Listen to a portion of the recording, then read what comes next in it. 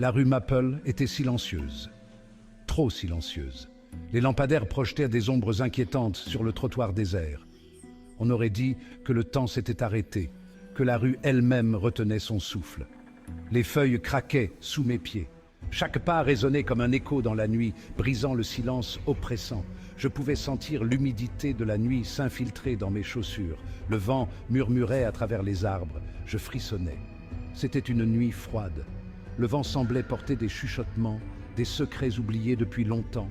Les branches nues des arbres se balançaient comme des spectres dans l'obscurité. J'étais en route pour rendre visite à mon ami, Alex. Chaque pas me rapprochait de sa maison, mais aussi de quelque chose d'inconnu, d'invisible. La solitude de la rue ajoutait à mon malaise. Il vivait dans une vieille maison, une maison qui semblait avoir une âme propre, une histoire à raconter. Les fenêtres grinçaient sous le poids des années. C'était à la lisière de la ville, là où les lumières de la civilisation s'estompaient et où l'obscurité prenait le dessus. Une maison isolée, entourée d'arbres imposants. Les gens disaient qu'elle était hantée. Des histoires de bruits étranges, de lumières vacillantes, de présences invisibles circulaient depuis des années. Je ne croyais pas aux fantômes. Pour moi, ce n'étaient que des légendes, des contes pour effrayer les enfants. Mais ce soir-là, quelque chose me faisait douter. Mais ce soir, c'était différent. L'air était lourd. Une brume épaisse enveloppait la rue, rendant chaque pas plus difficile. Une sensation d'oppression pesait sur mes épaules, comme si quelque chose me regardait. Une présence invisible, tapie dans l'ombre, suivant chacun de mes mouvements. Mon cœur battait plus fort, et je ne pouvais m'empêcher de jeter des coups d'œil nerveux autour de moi. La maison se dressait devant moi. Elle était grande et sombre. Les fenêtres étaient comme des yeux vides. Je montais les marches grinçantes du porche. La porte était entr'ouverte. Je pouvais voir des ombres danser à l'intérieur. J'ai appelé Alex.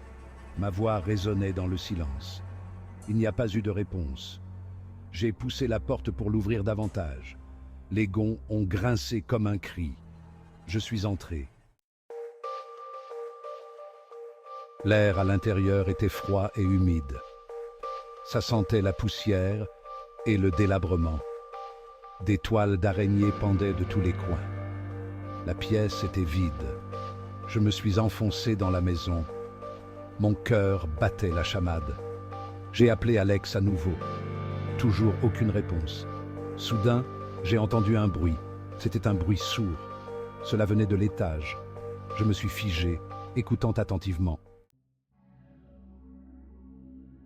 Le bruit sourd est revenu, plus fort cette fois. Je savais que je devais partir, mais je ne pouvais pas. Je devais trouver Alex. Lentement, j'ai commencé à monter les escaliers. Chaque marche craquait sous mon poids. Ma main agrippait fermement la rampe. Alors que j'atteignais le haut des escaliers, le son est revenu. Cette fois, c'était plus proche.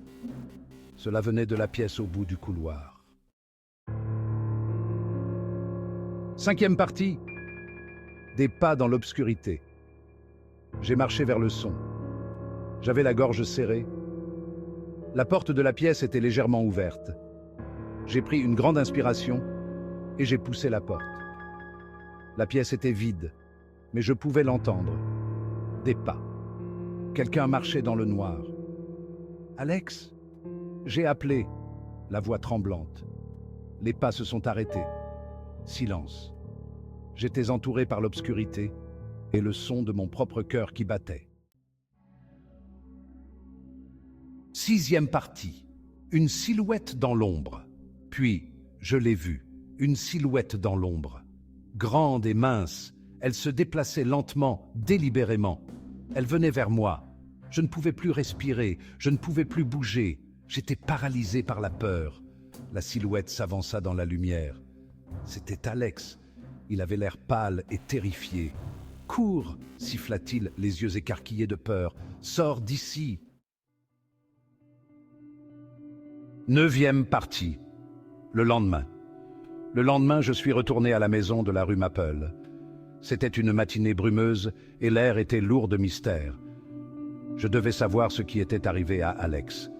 La dernière fois que je l'avais vu, il semblait préoccupé, comme s'il savait quelque chose que je ne savais pas. Mais quand je suis arrivé, la maison avait disparu. C'était comme si elle s'était évaporée dans l'air. Il n'y avait aucune trace d'elle. Pas même une brique ou un morceau de bois. Pas de gravat, pas de fondation, rien. Juste un terrain vide, comme si rien n'avait jamais été construit là. C'était comme si elle n'avait jamais existé. Un vide étrange et inexplicable. J'ai posé des questions autour de moi, mais personne ne semblait se souvenir qu'il n'y avait jamais eu de maison à cet endroit.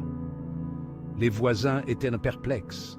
Certains pensaient que je plaisantais. C'était comme si j'avais tout imaginé.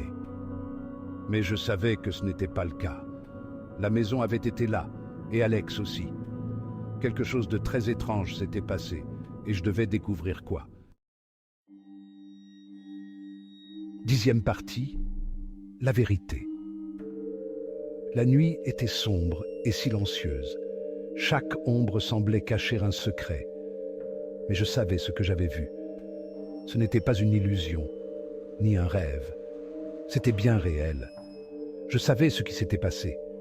Les souvenirs étaient clairs, gravés dans mon esprit comme des cicatrices indélébiles. La maison de la rue Maple était bien réelle. Et elle avait disparu. Où l'était-elle? Peut-être n'était-elle jamais partie. Peut-être était-elle encore là, attendant sa prochaine victime. Peut-être m'attendait-elle. Chaque nuit, je me demandais si elle reviendrait. J'ai frissonné à cette pensée. La peur me paralysait, mais je ne pouvais pas m'empêcher de penser à cette maison. Je me suis retourné et je suis parti, sans jamais me retourner. Mais l'image de la maison restait gravée dans mon esprit. Mais je connaissais la vérité, une vérité que personne d'autre ne semblait voir ou comprendre. La maison de la rue Maple était bien réelle. Elle était là, quelque part, cachée dans l'ombre, attendant.